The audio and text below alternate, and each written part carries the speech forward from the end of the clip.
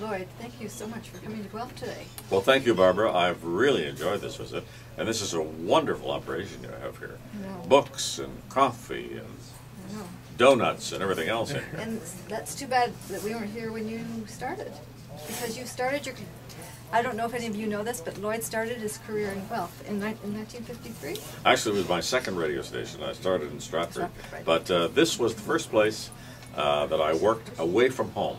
And that really means something to somebody when you think, okay, you're out on your own, you're flying on your own now, you've got to make it or fail. So Guelph became very important to me in that respect. I was here not long enough. I was here a year and a bit. But I had an opportunity to work for CBC, which was a growing national broadcaster at the time. So I took that as a summer relief job. And I thought I'd be back in Guelph in the fall after the summer in Windsor, where I started with the CBC. As it turned out, they kept me for 22 years, as it turned out. Yeah.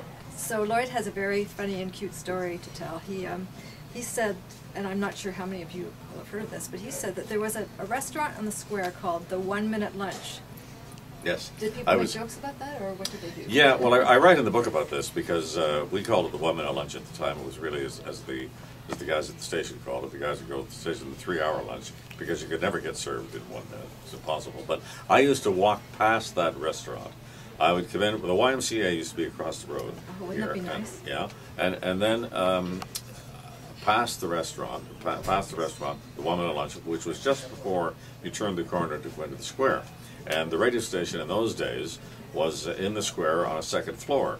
So I would pass the 1 Minute Lunch, whip in, get a coffee, and go up to the radio station. And I thought, now, there might be a way to catch a few extra winks, which is very important for a morning man in radio. So I arranged with this rotund gentleman who never said much, and he sort of grunted thanks when you gave him the money. But I said, would you have a coffee ready for me so that I can go to the station first, whip back down, and then go back up? And he said, okay. So that worked for about 2 weeks. And then one morning, I heard click, the door of the radio station locked behind me. So then what happened is that the listeners at home at 6 o'clock in the morning were hearing that swoosh, swoosh as the record turned in its run-out groove. And I had to call somebody from the 1 Minute Lunch.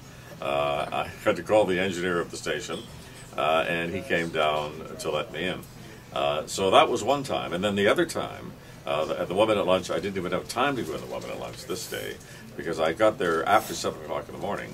And on that occasion, I was supposed to be signing on at 5:45, because General Electric in Guelph had a new shift, which was bringing people in at 6 in the morning. So they wanted to sign on at 5:45 to be there for these people.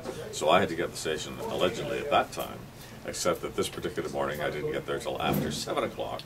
And I dropped a record on the turntable and started it halfway through. And I remember it was Pretty Baby by Doris Day.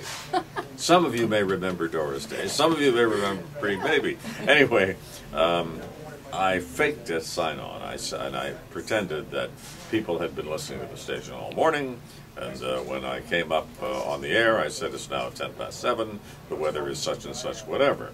And, of course, the program director knew the game, because he'd been around a while. This was something that I'd heard of someone doing in the industry many years earlier and thought, oh, this is a good idea. If you sleep in, just pretend you've been there all the time, and that people at home will think, something wrong with my radio this morning. It just came on now.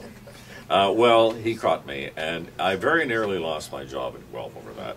But a very kind president of the operation by the name of Wally Slatter saved it, because he said, I had problem getting up in the morning when I was in the services, so I'll give you one more chance. And I almost dropped the floor in relief on that one, I'll tell you.